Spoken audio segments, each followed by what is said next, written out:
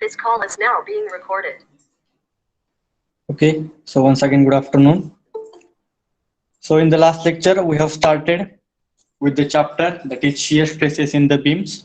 So in the last lecture, we have discussed about the basic introduction related to the shear stresses. So before starting this particular chapter, we have covered one chapter related to the bending stresses in the beam.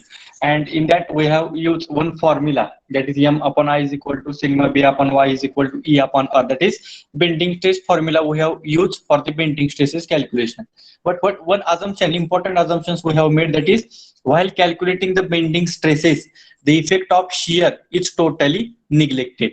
So for that purpose, we have discussed one concept which is called as a simple bending, or it is called as a pure bending.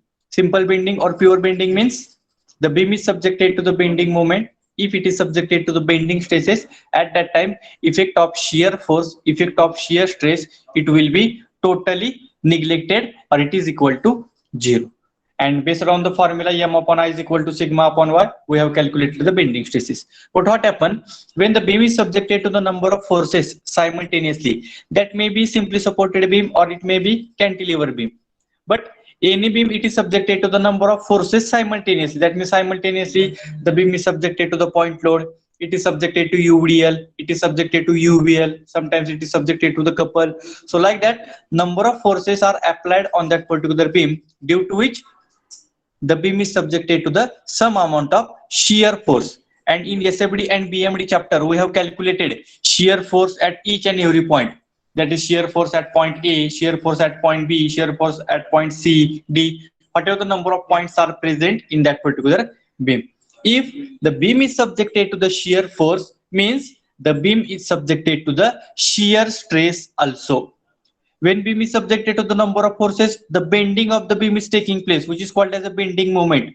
Due to that particular bending moment, whatever the stress is induced, that stress is called as a bending stress, and that we have calculated in the previous chapter. Now in this particular chapter, as the beam is subjected to the shear force, due to that particular shear force, the beam is subjected to the shear stress also, and that shear stress we have to calculate. But before calculating that particular shear stress, what is our requirement? First of all, we have to derive the formula.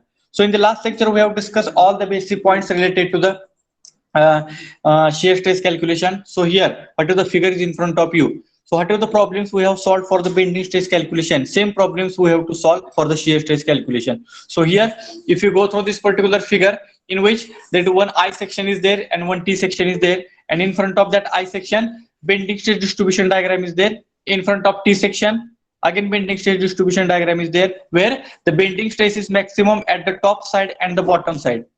Okay, but the bending stress is totally 0 at the center point, which is called as a neutral axis.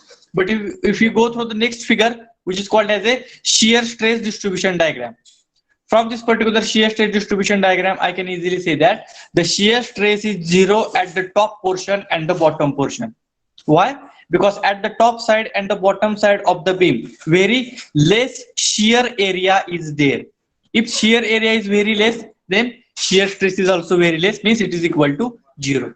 But at the center point, the shear area is always maximum. Therefore, the shear stress is always maximum at the center point or the neutral axis. Exactly opposite to the bending stress distribution diagram. जिथं bending stress 0 असतो, तिथं shear stress काय असतो? Maximum असतो. आणि जिथं bending stress maximum असतो, त्या ठिकाणी शियर स्ट्रेस काय असतो? 0 असतो. So with these two conditions we can observe by using this particular stress distribution diagram. But for the bending stress calculation, the formula is totally different. That is M upon I is equal to sigma upon Y.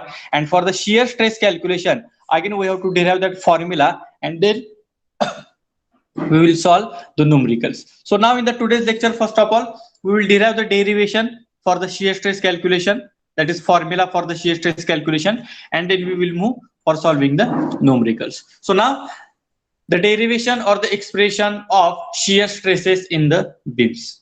Derivation or the expression for the shear stresses in the beams. We are having the formula, the shear stress is always indicated by the tau. So tau is equal to SA Y bar divided by B into I. So this formula we have to derive. So this particular formula is called as a shear stress formula. Tau, shear stress, is always indicated by tau is equal to SA y bar divided by B into I. This capital S represents the shear force. If shear force is not there, then it is not possible to calculate the shear stress. Therefore, capital S, it is called as a shear force. A is the cross-sectional area. Y bar, that we have to calculate.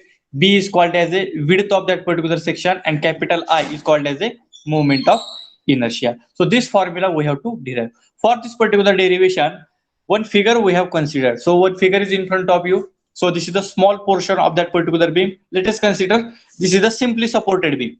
Let us assume that whatever the small portion I have considered, that is A, B, C, D, that is figure number 1 is there, and second figure number 2 is there. Okay, so in figure number 1, that is the two sections are there, that is A, B, C, and D. That means this is a small portion of beam. Let us assume that this is the simply supported beam.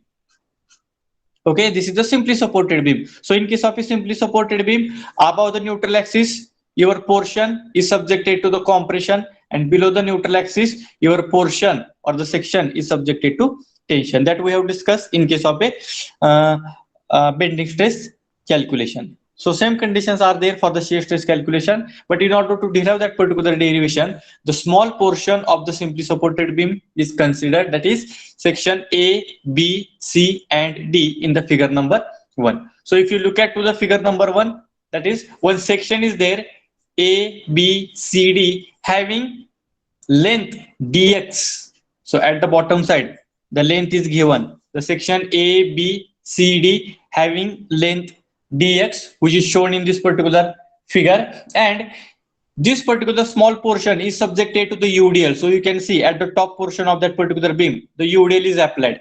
That means from the left side to the right side, the beam is subjected to the UDL. Okay, so due to that particular UDL, this particular beam or this particular portion is subjected to the bending moment. If UDL is applied, point load is applied, UL is applied, the bending moment will be developed in that particular section or in that particular beam. Okay, so M, capital M, so here it is represented. This is the bending moment developed at section AB. So this is point A at the top side, this is point A, and at the bottom side, this is point B. So M is the bending moment which is developed at section AB, and at the right side, M plus DM, that means change in bending moment. M is the original bending moment at section AB. At section CD, bending moment will get changed. So point D is present at the top side, point C is present at the bottom side. That means section CD is there, and that section CD is subjected to the bending moment as a M plus DM. And we have, as we have observed that in SFD and BMD, while calculating the bending moment at each and every point, the value will not remain same. The bending moment at point A, 0. Bending moment at point B, value is different. Bending moment at point C, again value is different. Bending moment at point D, it is equal to 0. That means at each and every point, the bending moment will not remain constant. So same conditions are indicated here. The section AB is subjected to the bending moment as a capital M, and the section CD, it is subjected to the bending moment as a M plus DM. Okay, so this is why this M and M plus DMs are developed, because this particular beam or this particular portion, it is subjected to the UDL on entire span.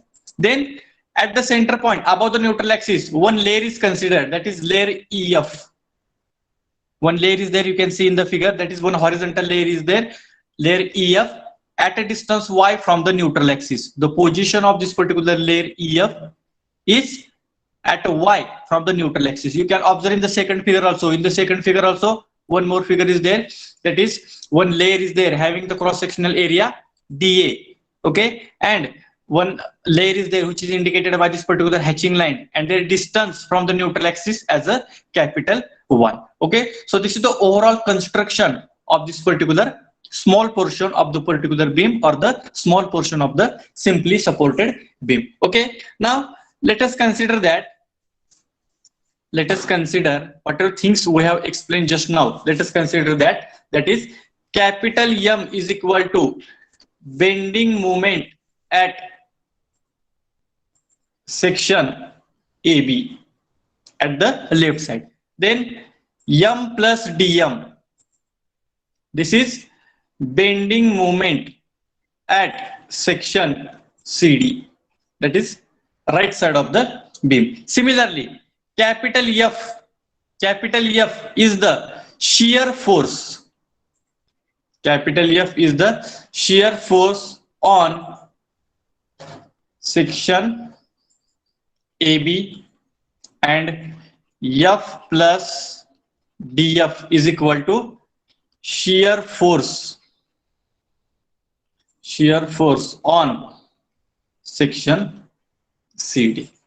Because without any force on the beam, it is not possible to develop the bending moment, or it is not possible to develop the bending stresses or the shear stress. If there is no any load on the beam, no stress will be developed, no bending moment will be taking place. Therefore, here, as the beam is subjected to the UDL on the entire span, this UDL is means this is one of the type of shear force. That is, at the left side on the section AB, F is the shear force, and on the section CD, F plus DF is the shear force. Similarly, capital M is the bending moment at section AB, and M plus DM is the bending moment at section CD. So this we have written by using this particular figure. In addition to that, we have considered one horizontal layer EF at a distance y from the neutral axis. So that layer can be represented by this particular figure number 1 as well as by using this particular figure number 2. That layer is having the cross-sectional area dA. Their distance from the neutral axis is indicated here, that is capital Y. So this is the overall construction of this particular beam. Now, as the beam is subjected to the force, any type of force, this particular beam or this particular beam is subjected to the bending moment M and M plus DM, means this particular beam is also subjected to the bending stress also. If bending moment is developed in that particular beam, in the same beam, the bending stresses are also developed. That bending stresses I have to calculate for section AB and the CD. Let us assume that capital sigma is the bending stress.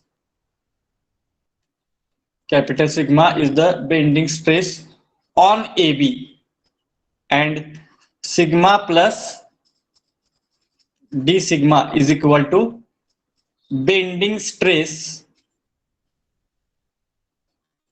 on CD. Because if you go through the previous, M is the bending moment at section AB. If M is applied at section AB, the sigma is the bending stress developed on the section AB. If M plus DM is the bending moment on section CD, sigma plus d sigma is the bending stress developed on this particular section CD. And we are having the formula M upon I is equal to sigma upon Y. In the bending stress calculation, effect of shear is totally neglected. But in case of a shear stress calculation, we have considered the effect of shear force as well as we have considered the effect of bending moment also. Okay, so sigma, if I will write the same equation in the form of sigma, is equal to M upon I into Y. So by using the bending stress equation, M upon I is equal to sigma upon Y, the above equation I have written in the form of sigma. So this Y I have taken to the left side, it becomes multiply. Therefore, sigma is equal to M upon I into Y. Okay, so this is the basic stress formula. By using this particular stress formula, I have to calculate the bending stress on section AB and the bending stress on section CD. So therefore, first, stress on section AB. Stress on section AB. So we are having the formula sigma is equal to M upon I into Y. So this is the equation number 1. Because the stress on the section AB is indicated by sigma. Bending moment on section AB, already we have written capital M. Moment of inertia and this Y, these are the constant parameter. Similarly, stress on section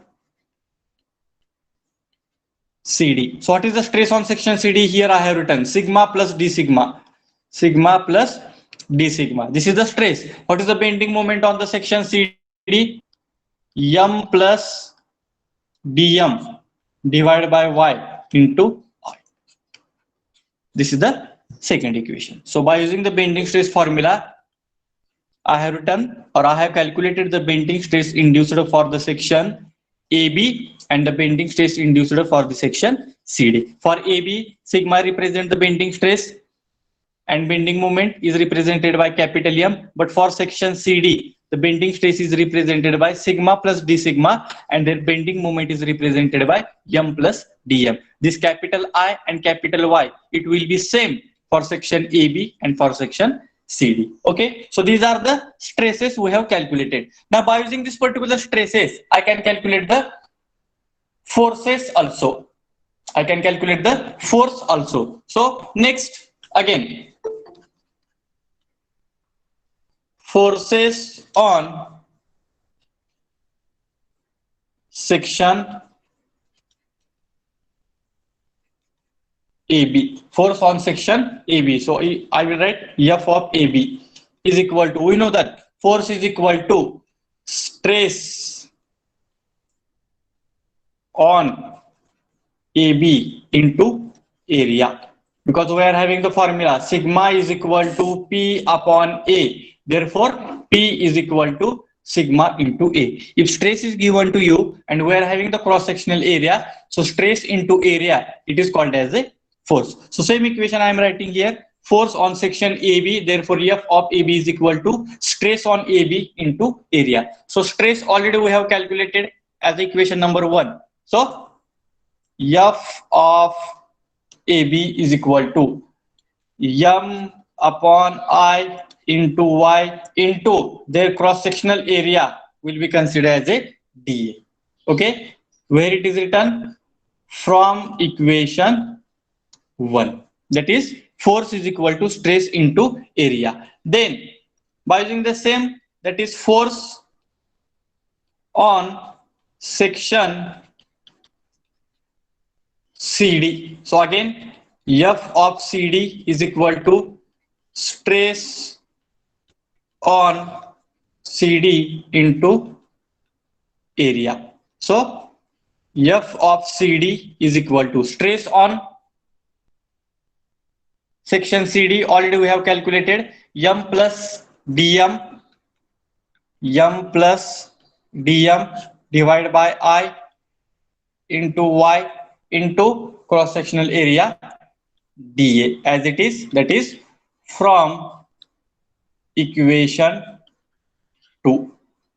Okay, so this we have calculated. So what I have calculated? I have calculated the bending stresses induced in the section AB and CD. By using that particular stresses, I have calculated the forces by using the formula force is equal to stress into area. So I have got F of AB minus F of CD. Okay, so now the net force,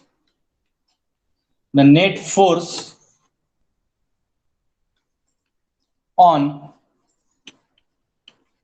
layer EF or strip, net force on layer EF, that is DF is equal to. So why net force on layer EF or strip? The strip is indicated by the EF because your strip is present in between section AB and the CD. Whatever your horizontal strip is there, that is EF.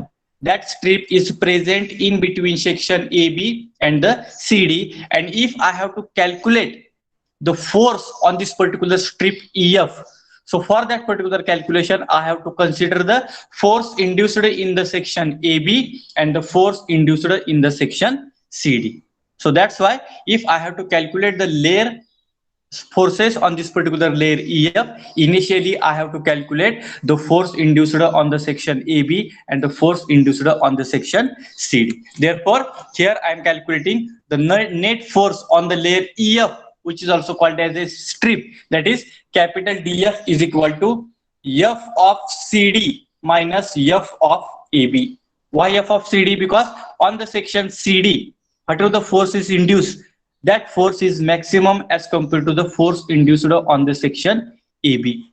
Because you can see here, on the section AB, stress is only sigma. On the section CD, the stress is sigma plus d sigma.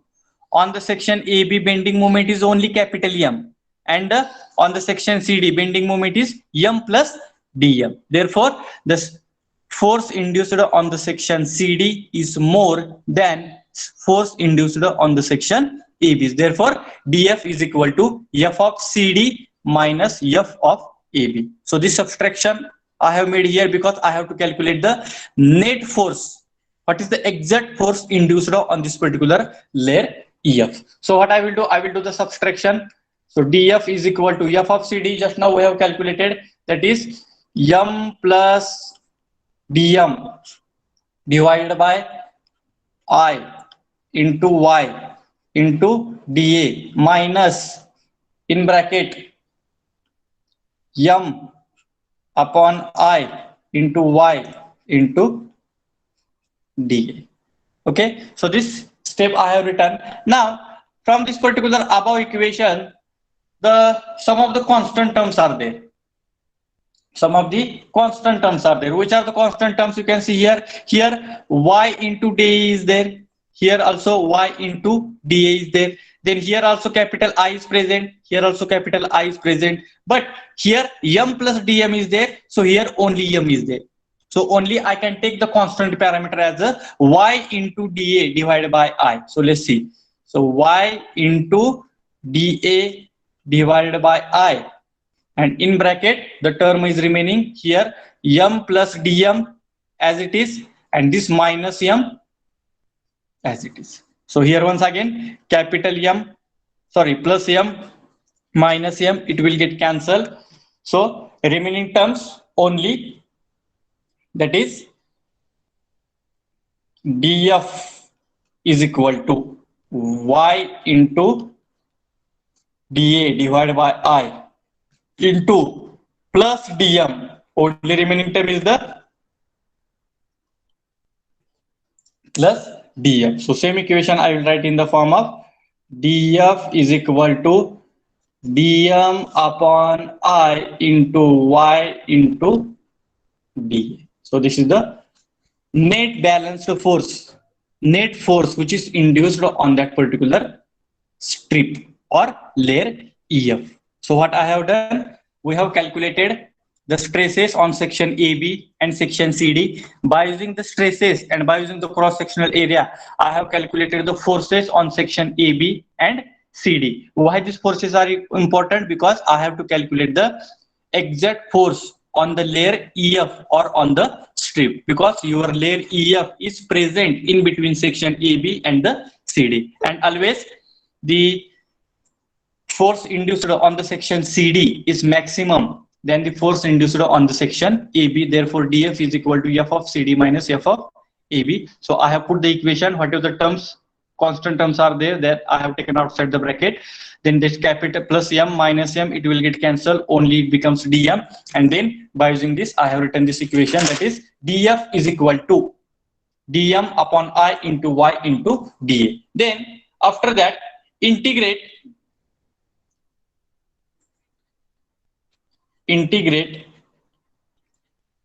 above equation. So integration of df is equal to dm upon I.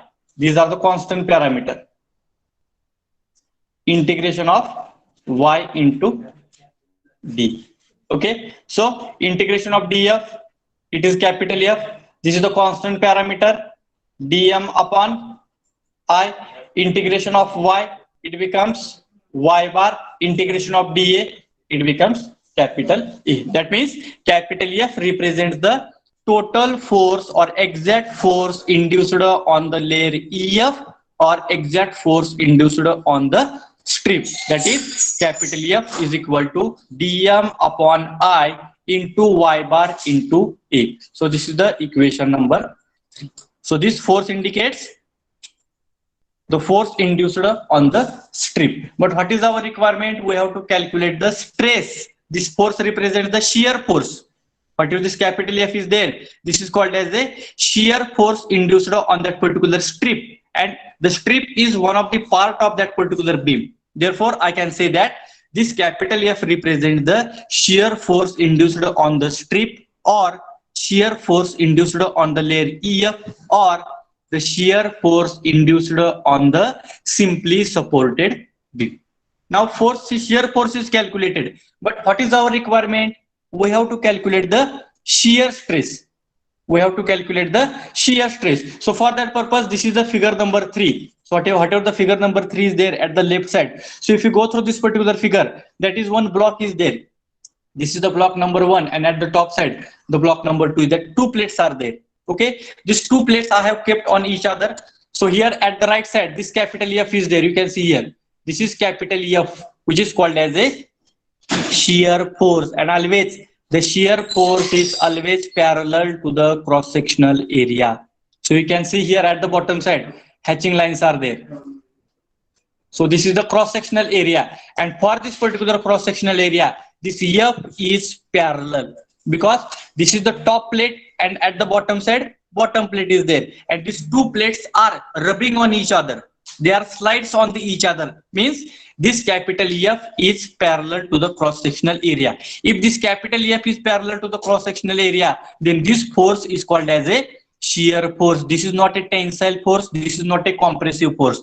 This F is parallel to the bottom cross-sectional area. Therefore, this F is called as a shear force, and that value of the F is represented by dm upon I into y bar into A. That is the equation number 3. Now the force is calculated, but what is our requirement? We have to calculate the shear stress. So we are having the formula: shear stress in bracket tau. Shear stress is equal to, we are having the formula, shear stress is equal to shear force upon shear area. Stress is equal to force upon area. This is the common formula, but which stress I am calculating? I am calculating the shear stress. Therefore, which force I have to consider? Shear force. Which area I have to take? That is shear area. So shear force already we have calculated from the equation number 3. That is, I will write I as it is, dm upon I into y bar into A divided by shear area. So what is the shear area? You can see here, that is one section is there.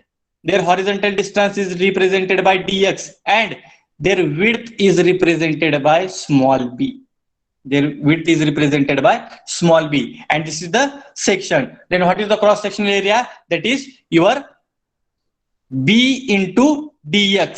So from this particular figure, b into dx, this is the shear area. This is the horizontal distance, and this is the inclined distance. B into dx means we are taking the area of this particular cross section, because your capital F represent the shear force which is parallel to this particular cross sectional area. And what is the area? What is the area? This is the B. Okay, this is the B, and this total distance is the dx, because this top plate is totally in contact with the bottom plate. Therefore, total area we have to consider. And what is the total area? This distance is represented by the small b, and this another distance is represented by dx. That means this total area represents the shear area, that is b into dx. So now here, if I will arrange some terms, that is dm by dx. So what is this? Dx is present at the bottom side, I will take at the top side, into y bar as it is, area as it is, divided by this b as it is, this capital I which is present at the numerator I have taken at the denominator. Only I have replaced the terms. Dx I have taken at the numerator, and this capital I which is present at the numerator, that I have taken at the denominator. And dm by dx is equal to capital S is equal to shear force. Therefore, tau is equal to dm by dx means capital S into A into y bar divided by b into I. So this is our final formula which we have to use for the shear stress calculation. That is, tau is equal to SA y bar. S means shear force induced in that particular beam. A means area of that particular section. Y bar means it is the distance between neutral axis and the CG of that particular section. This Y bar is totally different. This Y bar is not calculated from A1 Y1 plus A2 Y2 plus A3 Y3. This Y bar is totally different. Whenever we are solving the numericals, then I will tell how this particular Y bar will be calculated. B means width of that particular section and I means the moment of inertia. Okay, so dm by dx, it is called as a shear force, and df by dx, it is also called as a bending moment. But this particular term is not required for us because this term is not present in our equation. Therefore, dm by dx means your shear force, which is indicated by the capital S. Please keep in mind, capital S in this particular formula, capital S is called as a shear force induced on that particular beam. So like that, we have to derive the derivation. So what we have calculated, let us see once again. Whatever these first two figures are there, these two figures represent the small section of the simply supported beam. Which section? A, B, C, D. Okay. This particular beam is subjected to the UDL. This particular beam is subjected to UDL. Therefore, at the left side, bending moment is M. At the right side, bending moment is M plus dm. Okay. At the left side, shear force is capital F. At the right side, F plus df is the shear force on the section CD. If this particular section is subjected to the bending moment, it is subjected to the bending stress also. So I have written sigma bending stress on AB, sigma plus d sigma bending stress on the CD. But stress माहित आहे, force माहित आहे, तर I have calculated the stress on the section AB. I have written equation number 1. Stress on section CD, I have written equation number 2 by using the bending stress formula. The stresses माहित असतील, तर I can calculate the forces. That is, force is equal to stress into area. So stress for the section AB, their cross-sectional area dA. Similarly, the stress on section CD, their cross-sectional area dA. And at the end, why this F of AB and F of CD is required? To calculate the exact net force on the strip or the layer EF, because your layer EF or strip, it is present in between section AB and the CD. Therefore, I have calculated DF by subtracting F of CD minus F of AD. Whatever the answer you will get, that answer or that final equation I will get integrate, and I have calculated the total shear force induced on that particular beam. But this is only force. Effect of the cross-sectional area we have not considered. Therefore, the final equation I have written, shear stress is equal to shear force upon shear area. Shear force upon shear area. So shear force already I have calculated from equation number 3. I have put the equation shear area. So this is the figure number 3 in front of you. Shear area means two plates are there. One bottom plate is there, another top plate is there. These two plates are in contact with each other.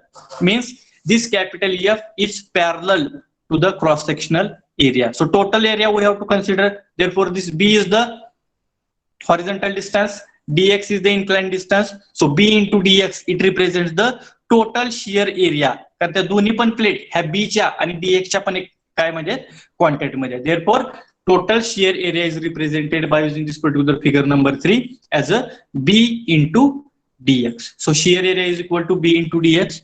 Then in the next step, this dx I have taken at the numerator and this capital I have taken at the denominator, and dm by dx is called as a shear force, and I have written the final equation. Shear stress is equal to SA y bar divided by B into I. And now this last equation we have to use for the shear stress calculation in the beam.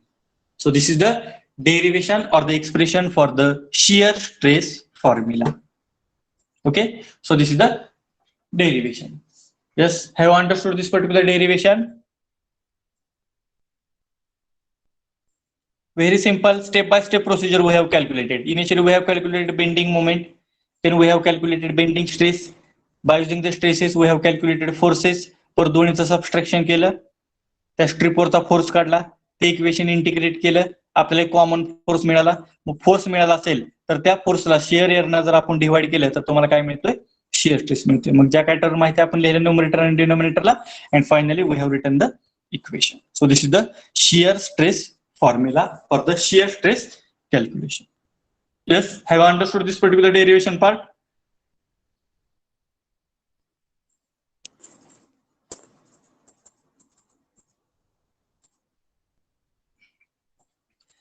Yes, what about others? Only one student is replying. Everyone, have you understood this particular derivation part? Yes, sir. Okay, so derivation is very, very simple. By looking at this particular figures only, we have written, and by using the simple formula, force is equal to stress into area, or stress is equal to force upon area. By using that only, we have derived this particular derivation, and only this single formula we have to use for our further calculation. Okay, but here in this particular equation, whatever this y bar is there, this y bar is totally different. In the bending stress calculation in the previous chapter, y bar, how it is to be calculated? A1 y1 plus A2 y2 plus A3 y3 divided by A1 plus A2 plus A3. That y bar also we have to calculate in this particular chapter. But here in the shear stress formula, this y bar is totally different. Please keep in mind, this y bar is totally different. This y bar represents the distance between neutral axis and the CG of that particular section. How it is to be calculated, that we will discuss whenever we will solve the numericals. Okay, so this is about the derivation part. Now we will move to solve one sample numerical. When we will solve that particular numerical, then you can easily understood that which are the unknown parameters we have to calculate and how to calculate the shear stress induced in that particular section. Now in this particular chapter also, once again we have to solve the numericals for the T section. That T section may be symmetrical, not symmetrical. That is section is totally unsymmetrical section. I section, so I section may be symmetrical I section, it may be unsymmetrical I section. Then second T section, the T section may be simple or it may be inverted. So only two sections are there, that is I section and the T section, on which we have to solve the numericals. Okay, so the first numerical is in front of you. First of all, we have to read the statement and how to calculate that particular shear stress at each and every point, because we have to calculate the shear stress at the top side, at the bottom side, at the neutral axis, at the junction points. So there are different types of the positions are there, different locations are there at which we have to calculate the shear stress. In the bending stresses, we have calculated the bending stress above the neutral axis and below the neutral axis. Okay, in the bending stress calculation, bending stress is calculated above the neutral axis and below the neutral axis. Similarly, in case of a shear stress also, we have to calculate that particular shear stresses above neutral axis, below neutral axis, but we have to calculate at the different locations. So how it is to be calculated, that we will discuss by using this particular problem number 1. Now, so what is that particular problem indicates? An I section of beam, an I section of beam 300 mm by 150 mm. So 300 or 350, just I will check. 350. So this is 350 mm. So I section of beam 350 by 100 mm, 150 mm, has web thickness 10 mm. Has web thickness 10 mm and flange thickness 20 mm. So that is one I section is there. That I section is having the dimensions 350 by 150. 350 is the total depth of this particular I section, and 150 represents the total width of that particular I section. Web thickness is given 10 mm, flange thickness is given 20 mm, full stop. If shear force acting on the section is 40 kilonewton. Now here I can identify that shear force is given, means this particular numerical is based on the shear stress calculation. It is not related to the bending stress calculation, because shear force is given 40 kilonewton. Full stop. Find maximum shear stress developed. Find maximum shear stress developed and draw shear stress distribution diagram. Like bending stress distribution diagram in this particular chapter, we are having the shear stress distribution diagram also. So here I section is given, and that I section only two dimensions are given, 350 by 50. 350 means this is the total depth. Capital D is equal to 350 mm and capital B is equal to 150 mm. Okay, then web thickness 10 mm. Web means vertical side, and flange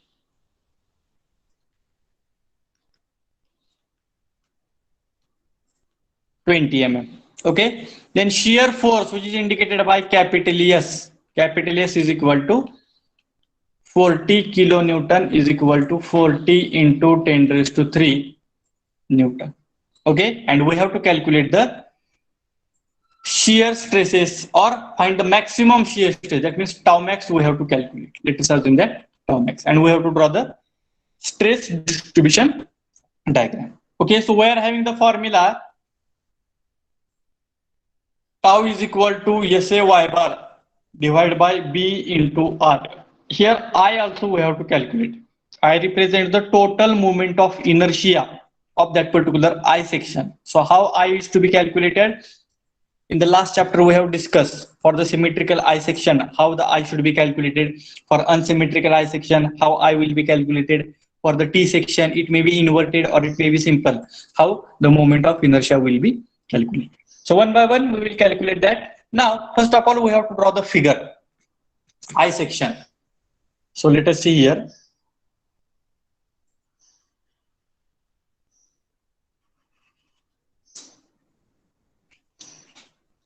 The dimensions for the top flange and the bottom flange, it is not given. This 350 by 150, this is the total dimensions. 350 mm by 150 mm. This is the total dimensions for the I section. But the dimension for the top flange, dimension for the bottom flange, it is not mentioned. Means I can say that this is the symmetrical I section.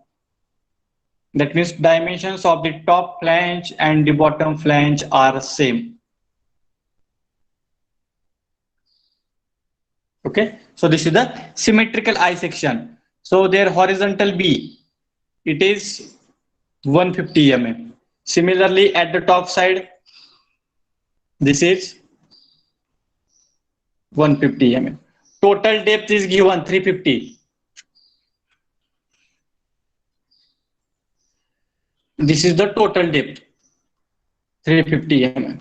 Okay, then web means this vertical. This is called as a flange, or then this bottom is called as a bottom flange. Then this is called as a web. Their thickness is given 10 mm. Flange thickness is given 20 mm for the top flange, 20 mm for the bottom flange. Now please tell me, then what is the total height of the web? Please tell me. Web means this vertical only, vertical rectangle. So what is the total height of the web? Total height is given 350. Yes, 310. Because at the top side 20 mm we have to subtract, at the bottom side 20 mm you have to subtract, and you will get the 310 mm. Okay, again this is the section number 1, this is the section number 2, and this is the section number 3. Okay, these are the projection lines which we have to keep as it is in order to draw the stress distribution diagram. Now this is the symmetrical I section. This is not an unsymmetrical I section. So for symmetrical I section, if I have to calculate the y bar, for the symmetrical I section, if I have to calculate the y bar, what is the formula? For the symmetrical I section, if I have to calculate the y bar, one simple formula we are having. D by 2. Capital D divided by 2. I can use this formula also. A1y1 plus A2y2 plus A3y3 divided by A1 plus A2 plus A3. I can use this formula also, but here the section is totally symmetrical, so need not require to increase your calculation part, because here we have to calculate A1, we have to calculate Y1, Y2, Y3 from the bottom side. So instead of using this particular big formula, one simple formula we are having, Y bar is equal to capital D divided by 2. So capital D is equal to 350 divided by 2. So your total Y bar is equal to 175 mm. Okay, so that means exactly at the center point, you can see here, exactly at the center, this represents your, I am calculating Y bar means I am calculating the position of neutral axis from the bottom side. You can see here, this Y bar is equal to 175 mm. Similarly, at the top side also, Y bar will remain same, 175 mm, because this is the symmetrical section. Your this neutral axis exactly at the center.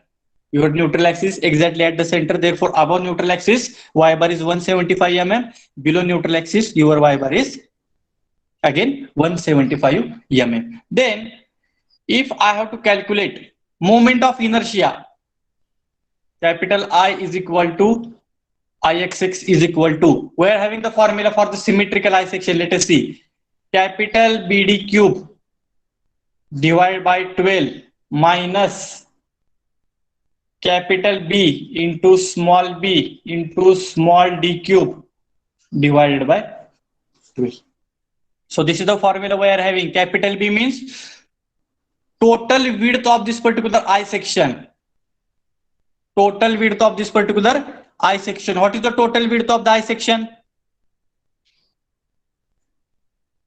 From the figure, what is the total width? Capital B. 150. Yes, 150. You can see in the figure 150. What is the total depth? 350. Cube divided by 12 minus, in bracket again capital B, 150. What is small b? 10. What is the small b? 10. 10 mm. This means what is the thickness of the wave is there. This thickness of wave, that is 10 mm. It is called as a small b. So it is 10. Then what is small d? 40. Yes. Small d. 410. 310. 310 cube divided by 12. Capital B is 150. Small b is the 10. If we are taking this dimension, कशाचे dimension घेतोय 10 mm means it is the thickness of the wave. That means horizontal distance. And the small d represents the vertical distance or vertical length of this particular wave. Then what is the vertical distance? That is 310. म्हणजे काय केले बघा आपण ह्याच्यातून ह्या आय सेक्शनला total हा मोठा rectangle consider केलाय आणि ह्या टोटल रेक्टँगल मधून आपण काय केलंय, इकडचा एक रेक्टँगल आणि इकडचा एक रेक्टँगल आपण काय केलाय, सबस्ट्रेट केलाय. जर इकडचा रेक्टँगल नंबर 1 आणि इकडचा रेक्टँगल नंबर 2 जर आपण सबस्ट्रेट केला तर you will get the correct moment of inertia of this particular I section. Therefore, this is the standard formula available to calculate the moment of inertia. I can calculate this particular I by using the formula Ixx1 plus Ixx2 plus Ixx3. If you calculate by using this formula or by using this next formula, your answer will be 100% same. But instead of increasing your calculation for symmetrical I section, the standard formula we are having, therefore I am using this particular formula. Then tell me the total moment of inertia. What is the calculation part? What is the total moment of inertia? Do the calculation.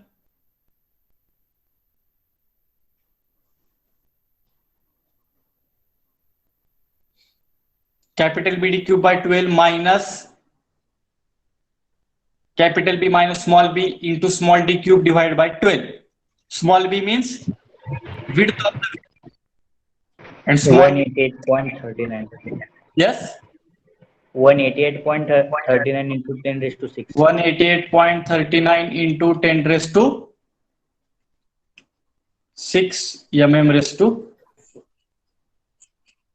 This is the moment of inertia.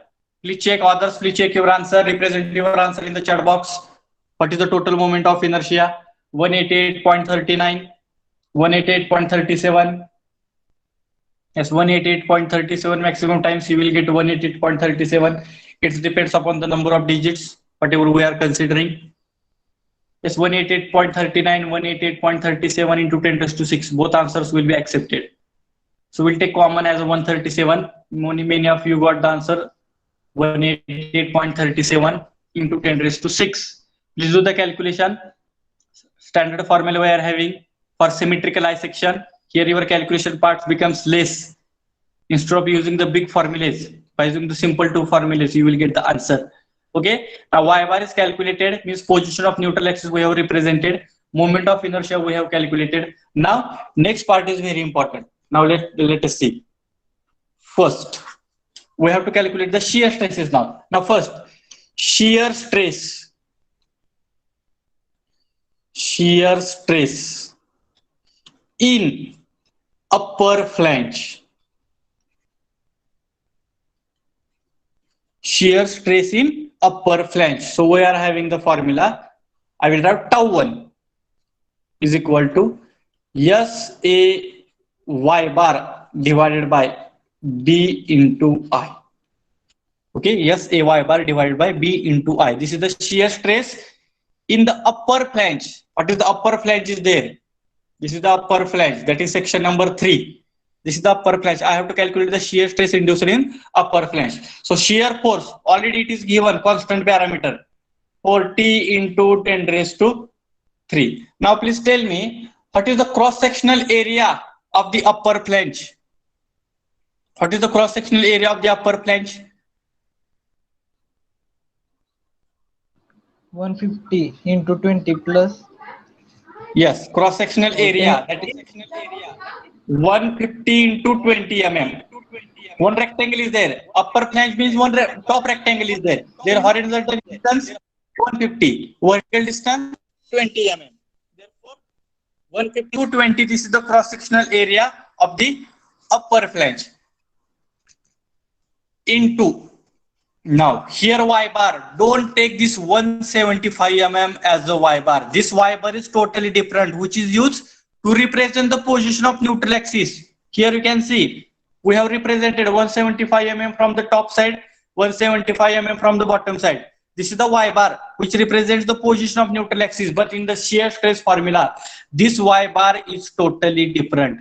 So this y bar represents, let us see here, y bar is equal to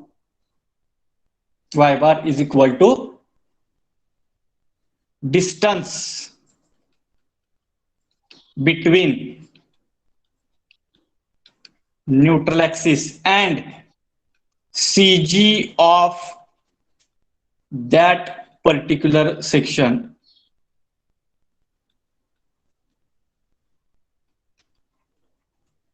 Write down this particular definition. Which y bar I am saying? Y bar which is represented in the shear stress formula.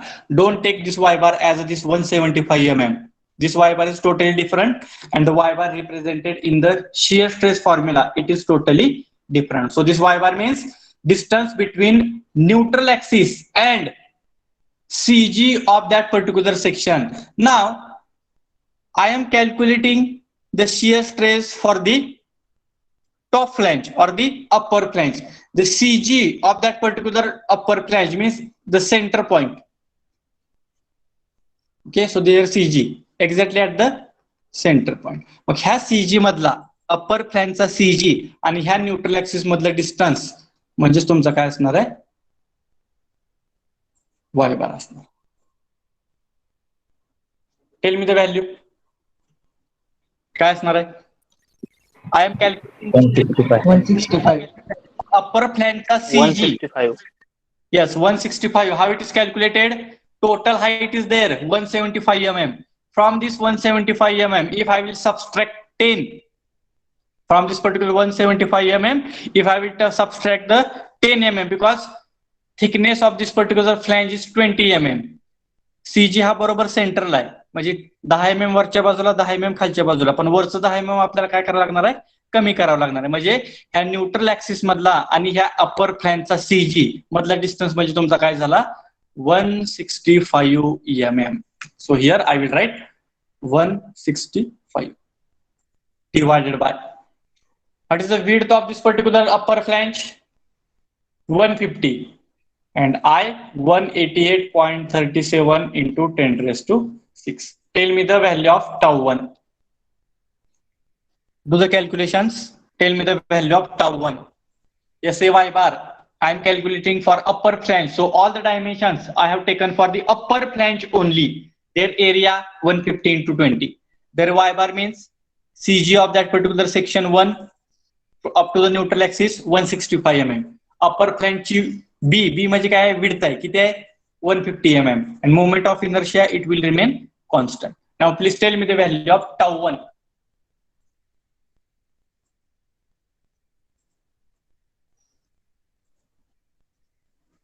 Do the calculations properly.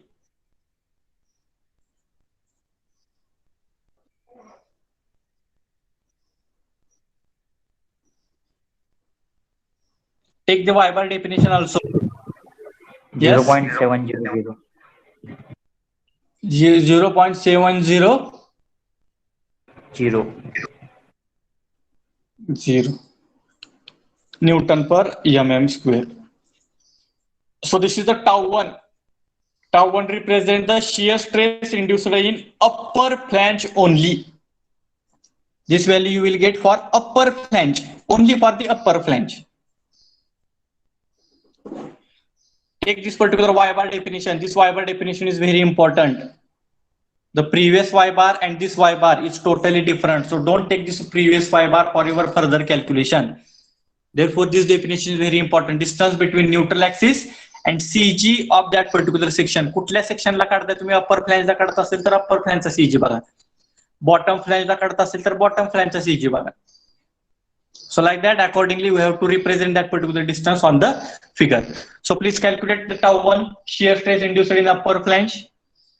Then next, shear stress.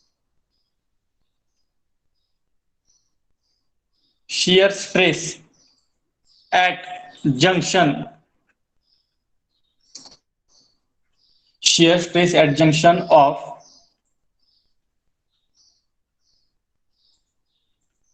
upper flange and wave. Junction means where upper flange and wave are connected. You can see here.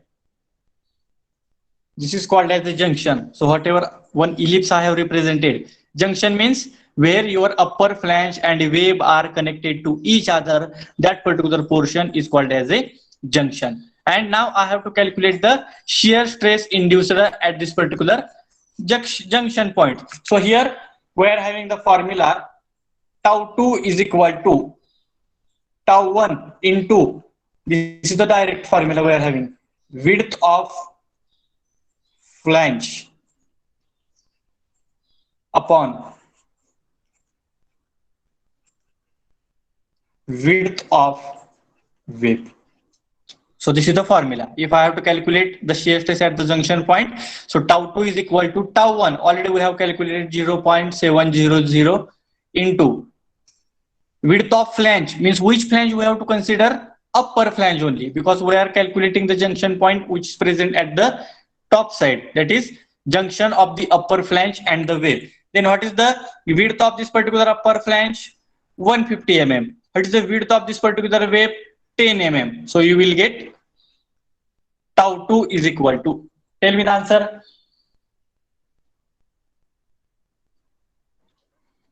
Simple formula. Don't use that SA y bar into B into I, because this is not calculated for that particular section. Here I am calculating shear stress at the junction point. Therefore, effect of the upper flange and the effect of wave also I have to consider. मग कसा effect consider केला आपण, तर त्या upper flange मधला shear stress पण consider केलाय, upper फ्लॅंजची width पण consider केली आहे आणि ते एकमेकाला कनेक्ट केल्यामुळं ह्या वेबची पण विड्थ काय केली कन्सिडर केली आहे. So what is answer 10.51 correct 10.51 Newton पर mm square. Okay, so this is the tau 2 shear stress induced at the junction of upper flange and the web. Okay, now 3 shear stress at bottom flange. Shear stress at the bottom flange. Let us assume this tau 3. Again, S A y bar divided by B into I. Tell me, yes, 40 into 10 raised to 3. So what is the area for the bottom flange from the figure? What is the area? 150 into 20. Again same 150 into 20. What is the y bar from the figure? Y bar means CG of the bottom flange exactly at the center. This is the CG. आणि त्या CG चं neutral axis पर्यंत distance किती असणार आहे सांगा? 165. Again 165. Why it is same? Why it is same? Symmetrical eye section. Yes, section, whatever the section is given, this is the symmetrical eye section. हिचं जर तुमचा unsymmetrical eye section असेल or your T section will be there. This y bar 165 mm, 165 mm, it will be not same because here 175 mm and 175 mm, these are the same. Therefore, here this y bar 165 and 165 you will get the same.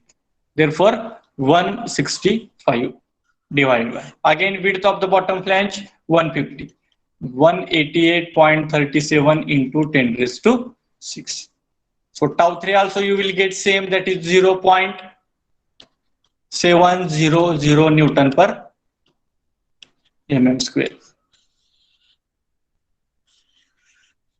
Because this is the symmetrical section, therefore your tau 1 is equal to tau 3. You can see tau 1 means shear stress induced in the upper flange.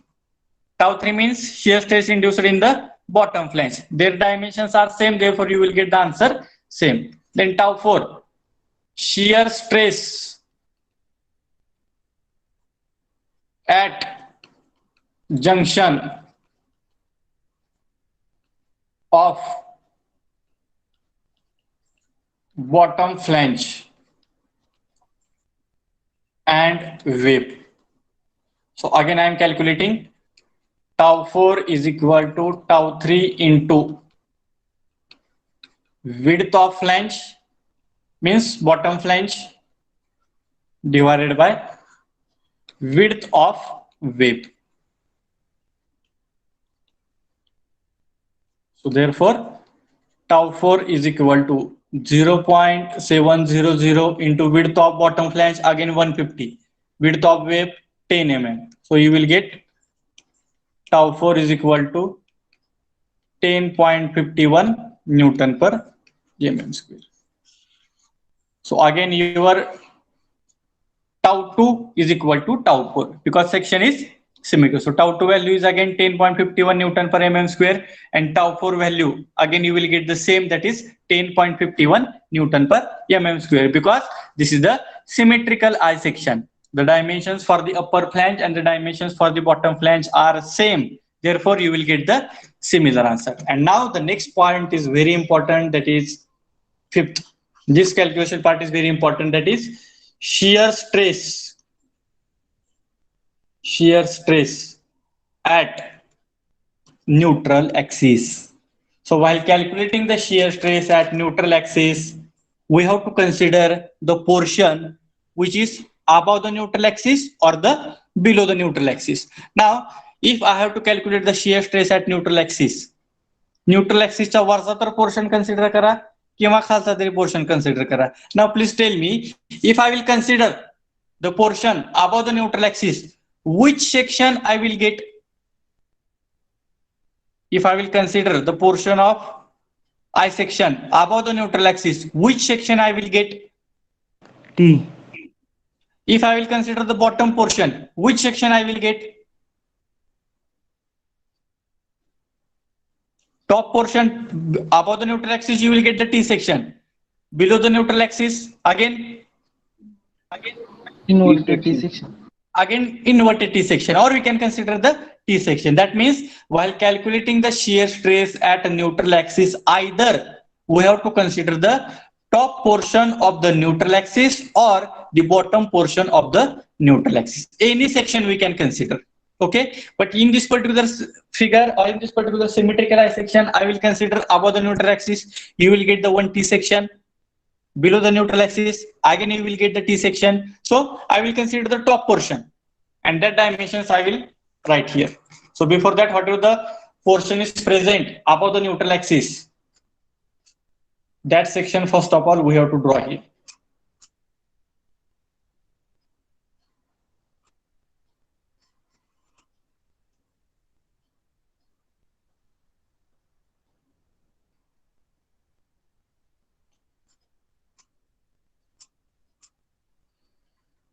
So this is 150 mm. This is 20 mm. This total height means your y bar, that is 175 mm. This 165 also we have represented as another y bar. Y bar is equal to 165 mm. This is 10 mm. Wave thickness is 10 mm. This central is your neutral axis. Okay, so this is the portion above the neutral axis. So shear stress at neutral axis by considering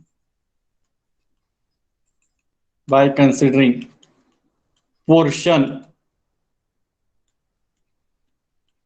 above neutral axis as T section.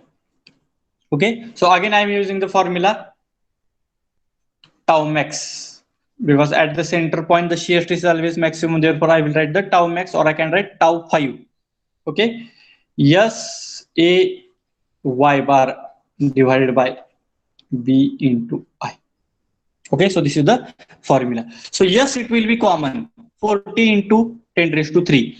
A, above the neutral axis we got the T section, and in this particular T section you are having the two sections, that is one vertical rectangle and another horizontal rectangle.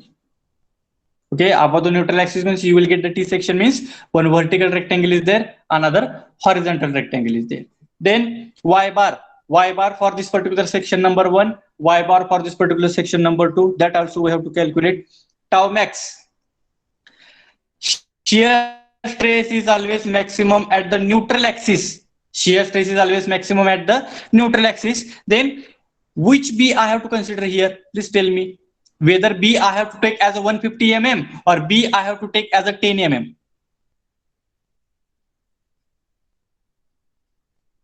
Yes, which B we have to consider? Whether 10 mm or 150 mm? 10.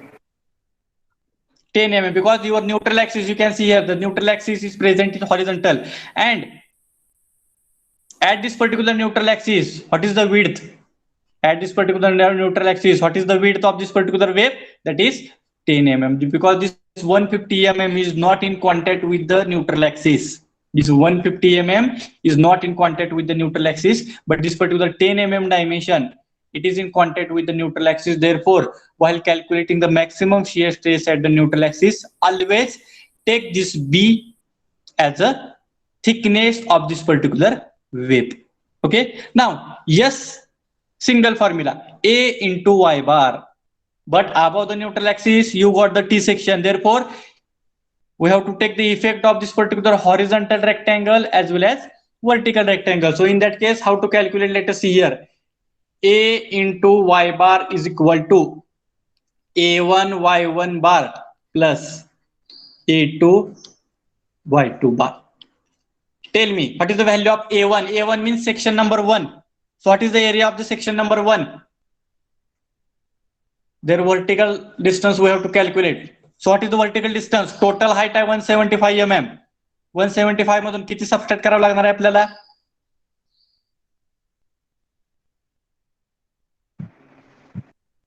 What is the vertical 155. distance of this particular section number 1?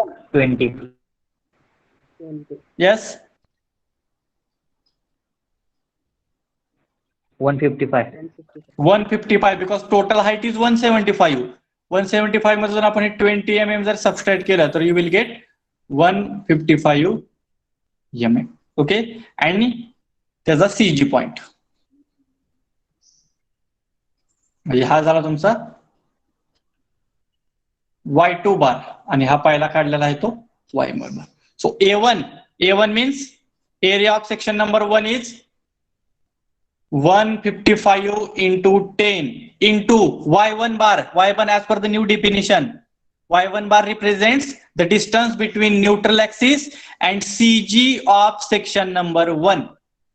CG of section number 1. Section 1 चा centre point कितीला असणार आहे सांगा?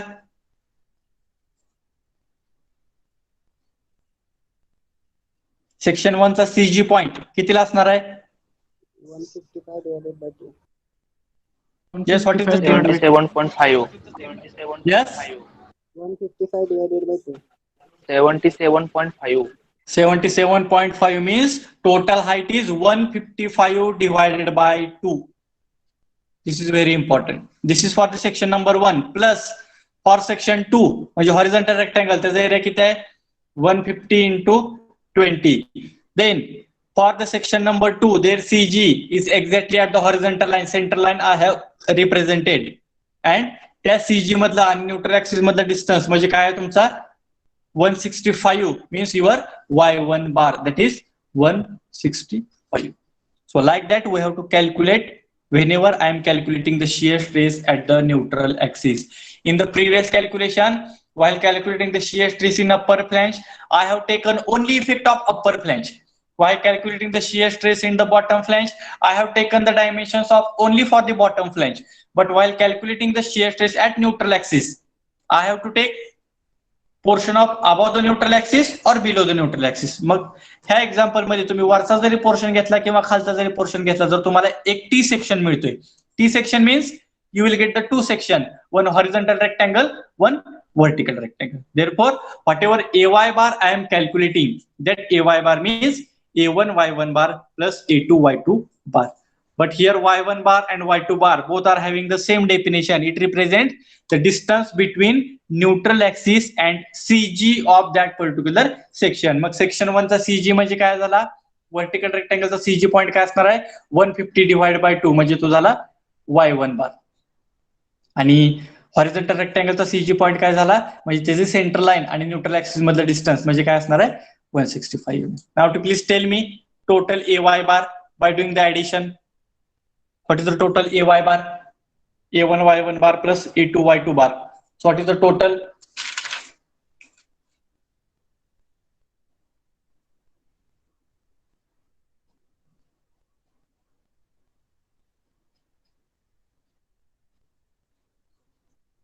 What is the total AY bar by doing the addition of section 1 and section 2?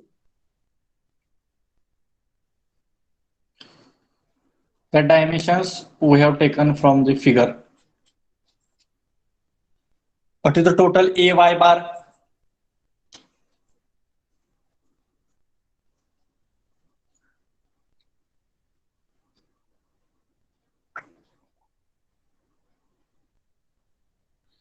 It's 615.12, correct. 615.12 into 10 raised to 3.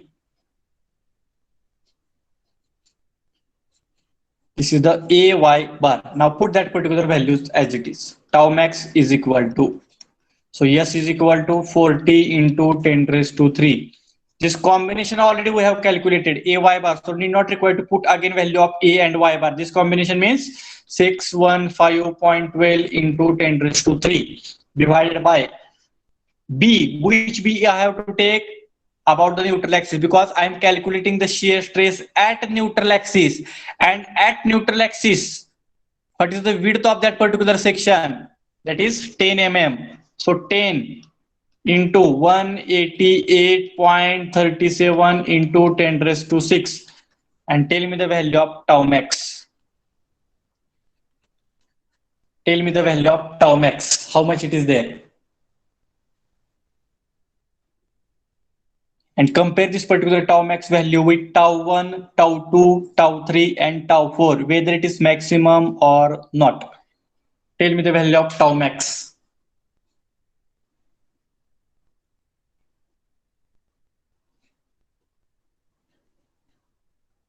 $13.06. Yes, 13.06.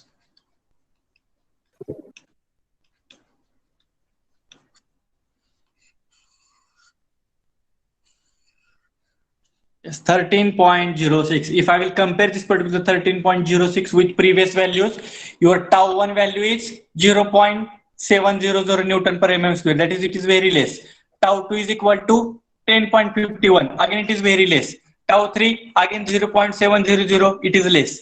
Tau 4, again 10.51, again it is very less. That means whatever the tau max we are calculating at neutral axis, it is always maximum. Therefore, we can easily say that the shear stress is always maximum at the neutral axis, and the bending stress is 0 at the neutral axis. Why the shear stress is maximum at the neutral axis? Because at the neutral axis, at the center point, maximum shear area is there. Therefore, the stress is also maximum. Therefore, you will get the answer 13.06, which is the maximum value at the neutral axis. Now we have to draw the stress distribution diagram. So once again, you have to draw one vertical line, always at the top side. Here the shear stress is 0.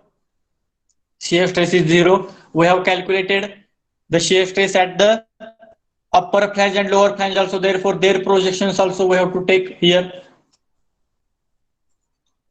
This is the projection for the upper flange. Similarly, for the bottom side, these are the projections for the bottom flange. Okay. So the shear stress induced at the top flange. So this is the value. How much? 0.700 Newton per mm square. Then shear stress at the junction. त्याच line वर पुढे junction आहे. 10.51 Newton per mm square. Similarly, shear stress at the bottom flange. Again 0.700 Newton per mm square. At the junction, same distance will be there. 10.51. जसा वरचा point दाखवला 10.51 वर, तसाच खालचा पण point दाखवणं गरजेचं आहे. काय? Because values are same. So here 10.51 Newton per mm square. And the shear stress at the neutral axis always maximum. म्हणजे 10च्या पुढे थोडा पॉइंट आला पाहिजे. किती आहे? 13.06 Newton per mm. And if I will join all the points, so this is for the upper flange and the bottom flange. Junction means only you have to draw the horizontal line from this point to this point, and then I have to join last point. So this is the shear stress distribution diagram.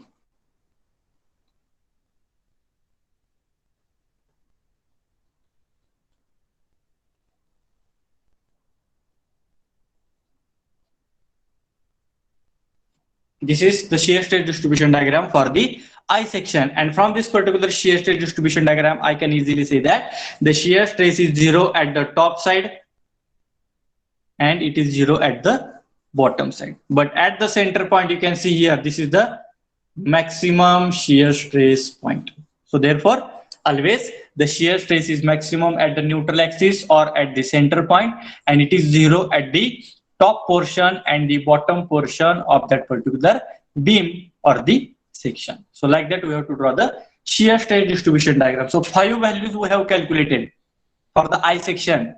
5 values, that is tau 1 upper flange, tau 2 at the junction, tau 3 shear stress at the bottom flange, tau 4 at the junction, and tau max at the center. That means 5 values we have calculated for this particular I section. But in case of a bending stresses, we'll get only 2 values, sigma T or sigma C.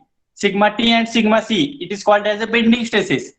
And we are calculating only 2 values, that is sigma T or sigma C. But here, in case of I section for the shear stress calculation, here we have calculated the 5 values, tau 1, tau 2, tau 3, tau 4, and last one is called as a tau 5, or it is called as a tau max. So like that, we have to follow the procedure related to the shear stress calculation.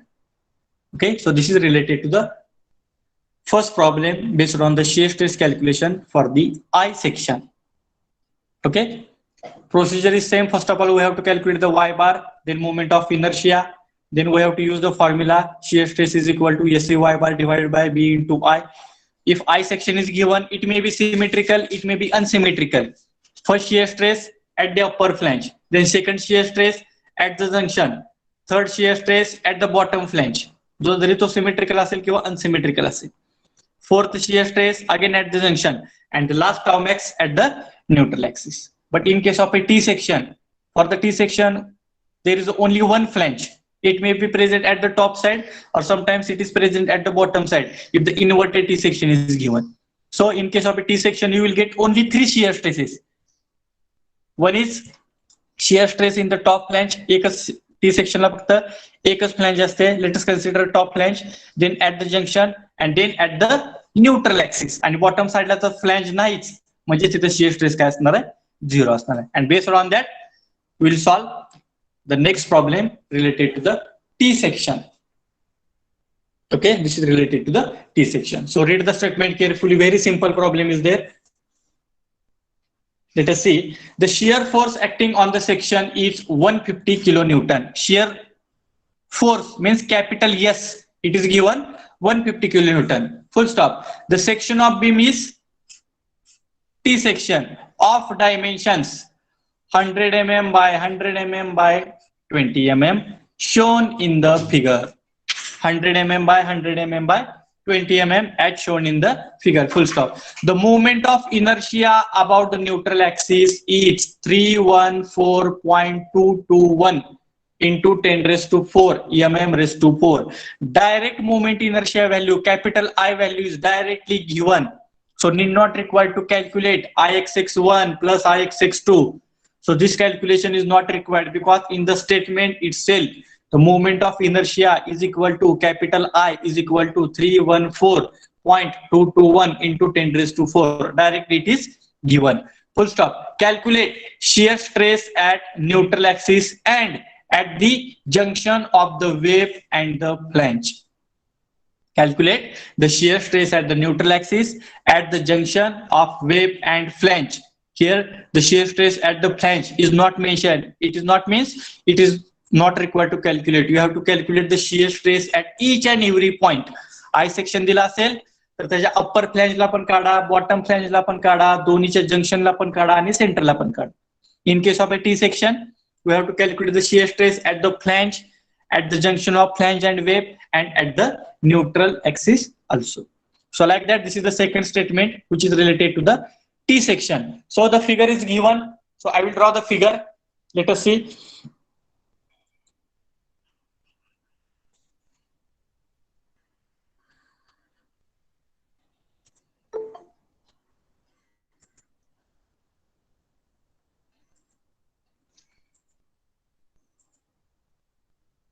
So this is the T section. Okay, the dimensions are given. That is top dimensions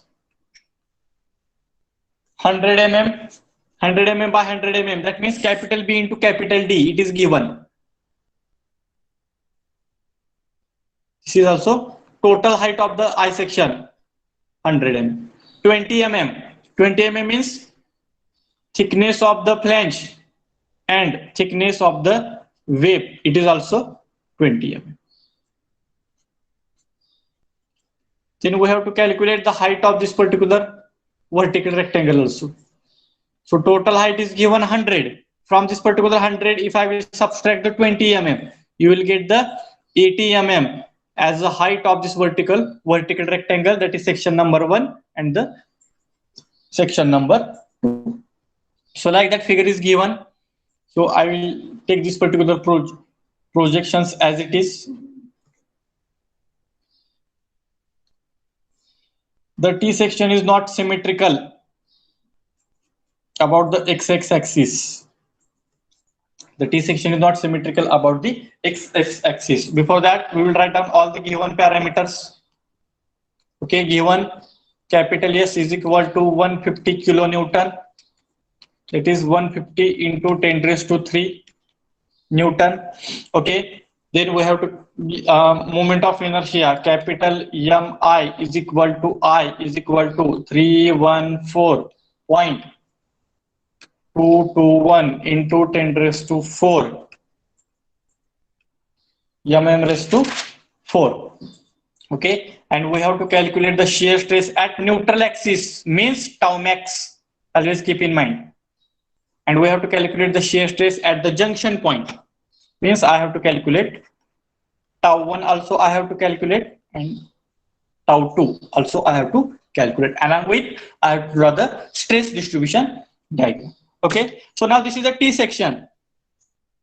First of all, we have to represent the position of neutral axis. First of all, we have to represent the position of neutral axis, means we have to calculate the y bar. But this T section is not a symmetrical section, so it is not possible to take the formula y bar is equal to capital D divided by 2. It is not possible. Therefore, here from figure, first of all, I will write down the important dimensions. A1 is equal to A2 80 into 20. A2 is equal to 100 into 20. So what are the A1? A1 is equal to A2 into 20, that is 1600 mm square.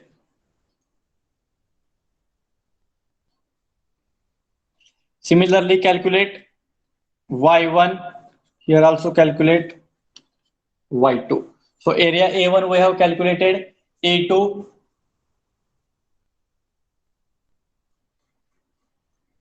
2000 mm square. Tell me the value of Y1. Y1 means the CG point of the section number 1. This is Y1 and CG point of section number 2. What is the Y1 and Y2? Y1 is equal to, tell me the value. 40 mm. Yes, 80 divided by 2 is equal to 40 mm.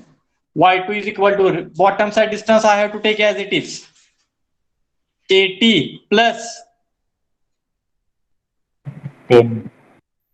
20 divided by 2 means 90 mm. Correct? How it is to be taken? This Y1, Y2 represents the CG distance from the bottom reference line. This is the reference line, I can say. From the reference line, what is the CG of section number 1? CG is always represented at the center point. Center of that particular section. But section 1 चा center point काय असणार आहे? 80 divided by 2 means 40 mm. For section 2, what is the CG? 20 mm च्या बरोबर सेंटरला, but bottom distance already we have to consider, that is 80 plus 20 divided by 2, 90. Now calculate y bar. Y bar is equal to A1 Y1 plus A2 Y2 divided by A1 plus A2. Tell me the y bar value from the bottom side, because Y1 Y2 distance we have taken from the bottom side. Therefore, we have to represent the position of neutral axis also from the bottom side only.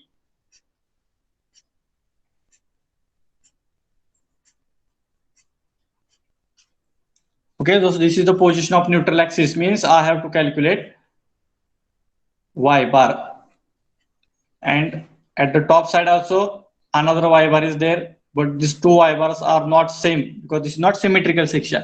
So what is the total y bar from the bottom side?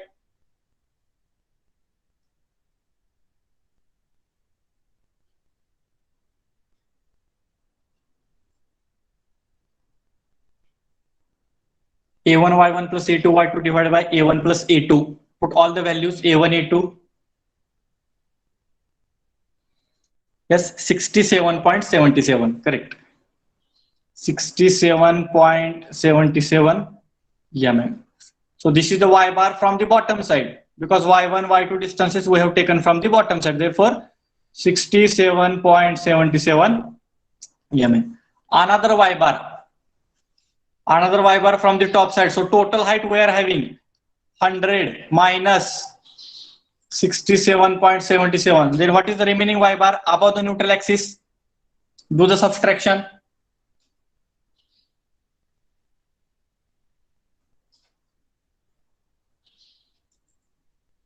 Another Y bar above the neutral axis and the top portion.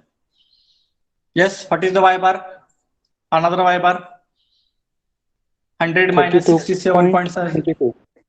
Yes. 32.22 mm.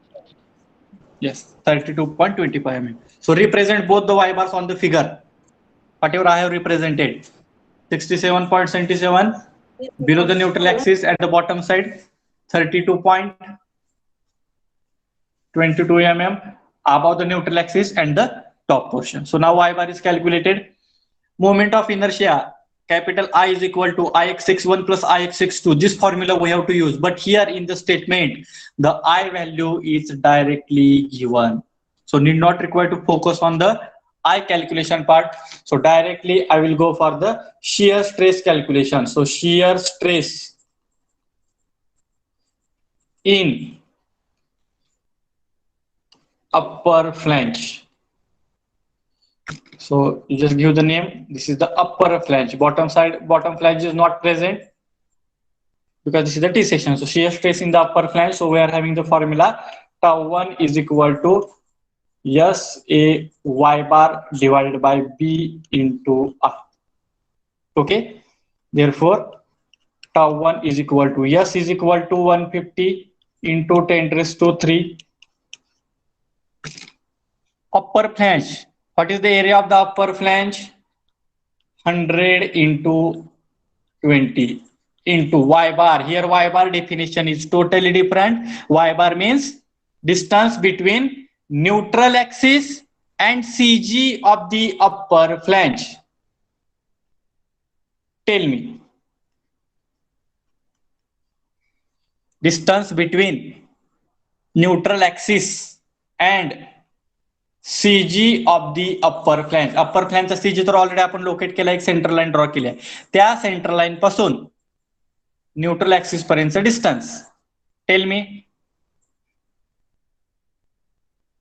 Yes 32.2 total height माहिती आहे. Neutral axis पासून top portion पर्यंतचं distance माहिती आहे 32.22. त्या 32.22 मधून जर आपण 10 mm सबस्ट्रॅक्ट केलं तर बरोबर तुम्हाला Y बार मिळतो. Means 32.22 minus 10 divided by, we are calculating the shear stress for the upper flange. So B we have to take for the upper flange 100 into their moment of inertia is given 314.221 into 10 raised to 4.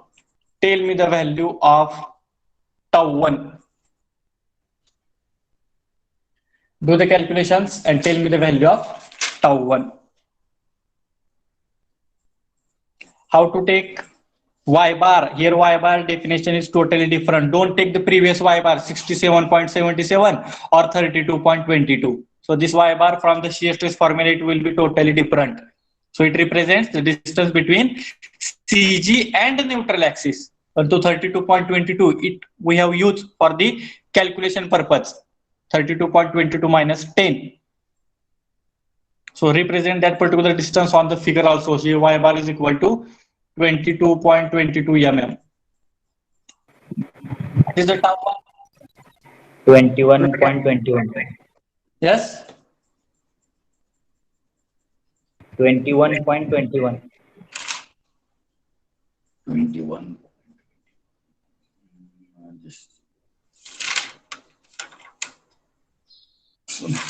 So here it is not 150. So take this particular shear stress. Only 50 kilonewton. Don't take 150. take the shear stress, sorry, shear force is equal to 50 kilonewton only. You don't take 150. By mistake, I have written 150. So take shear force capital S is equal to 50 kilonewton only. So here 50 into 10 raised to 3. Now do the calculation. 7.07. 7.07 Newton per mm square.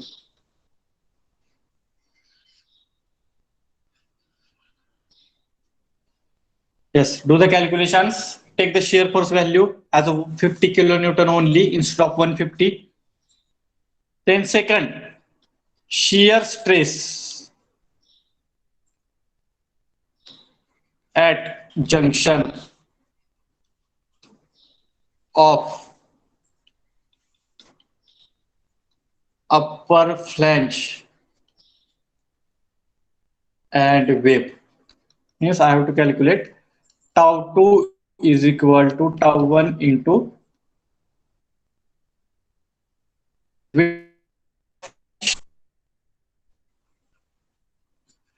divided by width of wave.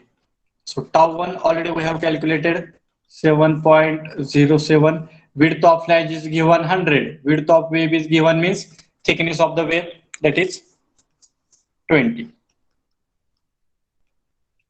What is the value of tau 2? 35.35. 35.35. Others, please do your calculation. Represent your answer in the chat box. Please check you got the answer or not. Yes, 35.35 Newton per mm square. This is at the junction point. Okay. Now important thing. Next we have to calculate, that is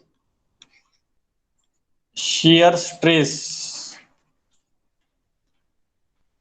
at neutral axis. Now please tell me from the figure.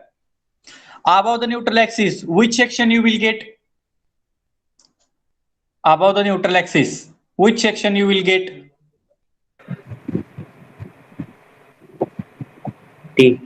T section. Again you will get another T section. Already T section is present, but again above the neutral axis, again one small T section is there. And below the neutral axis, which section you will get? Below the neutral axis, which section you will get? Vertical rectangle. Vertical rectangle. Vertical rectangle. Always we have to take the vertical rectangle because your calculation part it will get reduced.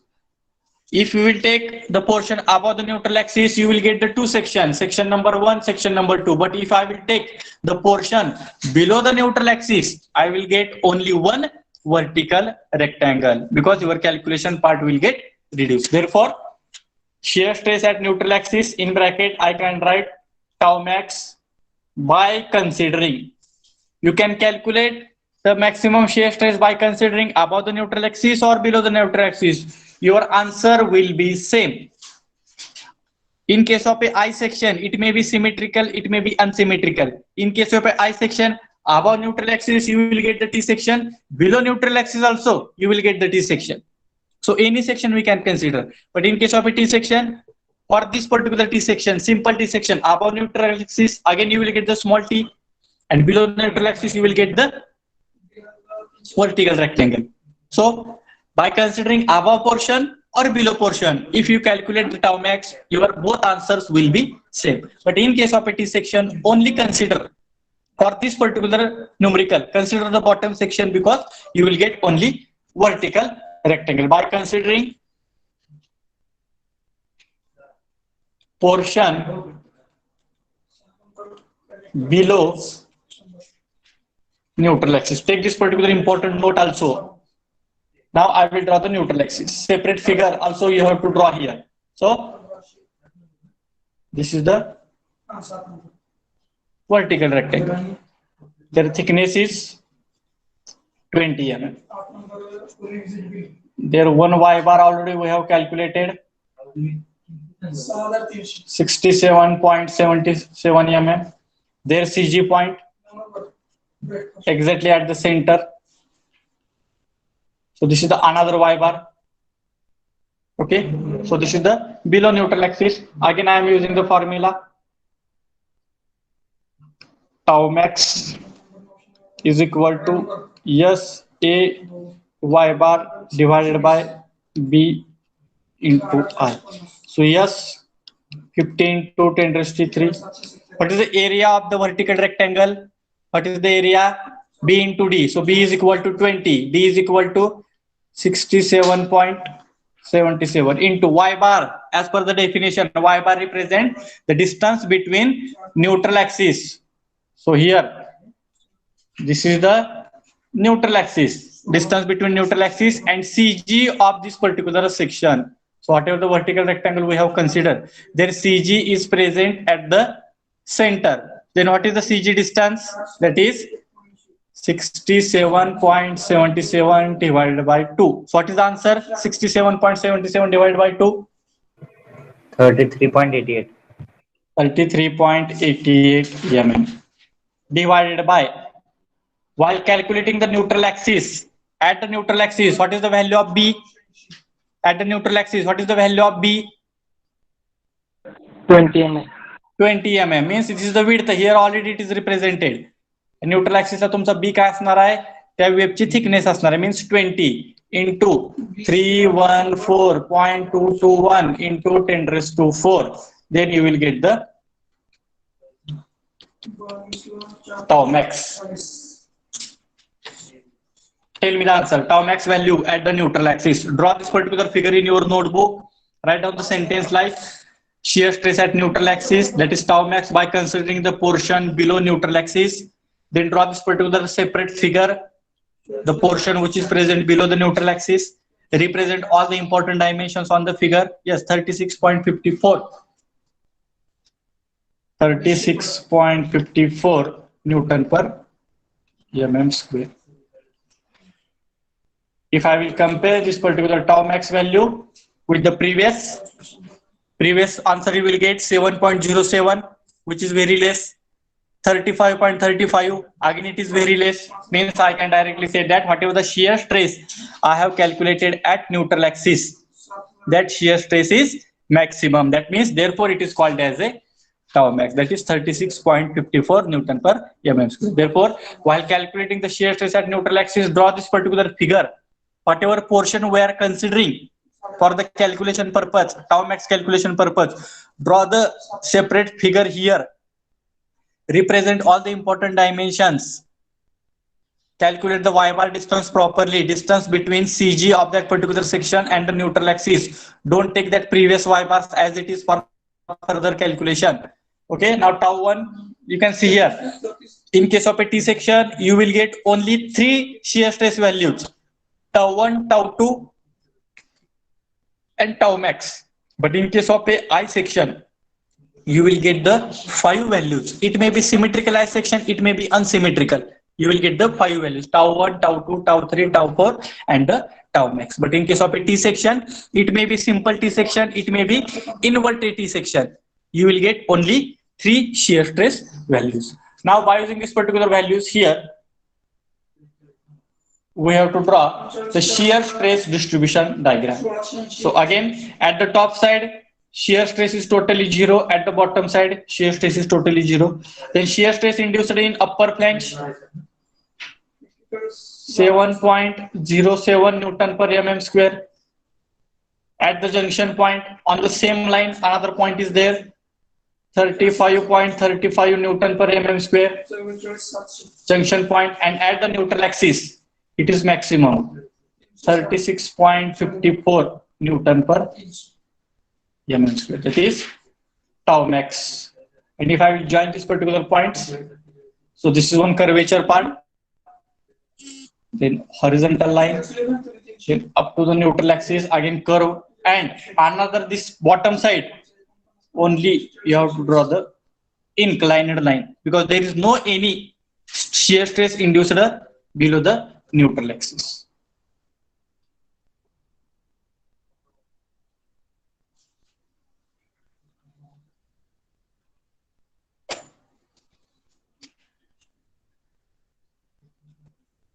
This is the shear stress distribution diagram for the T section. And here also again you can observe that at the top side and the bottom side the shear stress is equal to 0.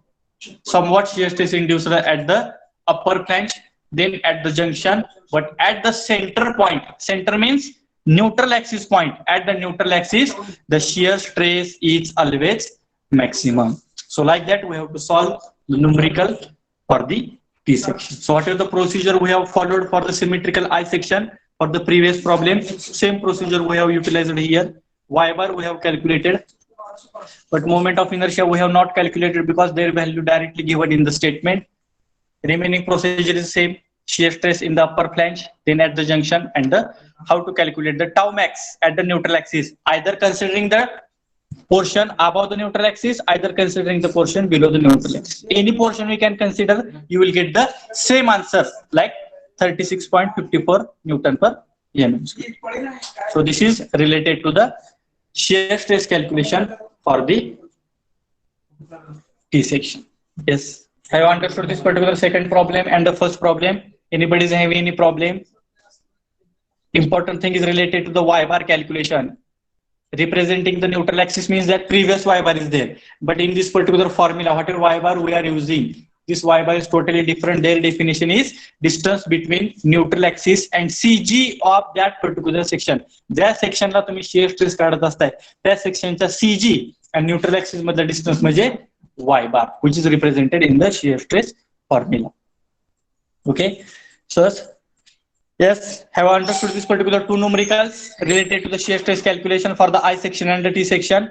Anybody is having any problem, you can ask me here. Have I understood this particular both the numericals?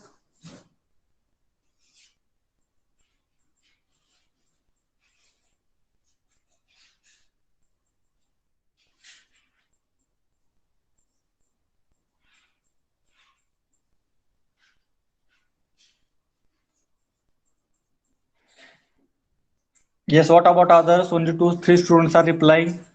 Everyone have understood this particular numericals? Very simple and straightforward numericals are there. Only we have to solve the problem based on the I section and the T section. But in case of a I section, there is a symmetrical, unsymmetrical, and in case of a T section, sometimes simple or sometimes inverted T section is there. Again, in the next lecture, again we will solve some 2-3 problems based on the unsymmetrical I section. Then you can again you will understood how to solve the numericals. Okay, so I hope everyone is giving the reply like yes. So everyone has understood. Still, if anybody is having any problem during your study, you can ask me anytime. I will explain the things once again. Okay. So with this, today we will stop here. The remaining problems we will take in the next lecture.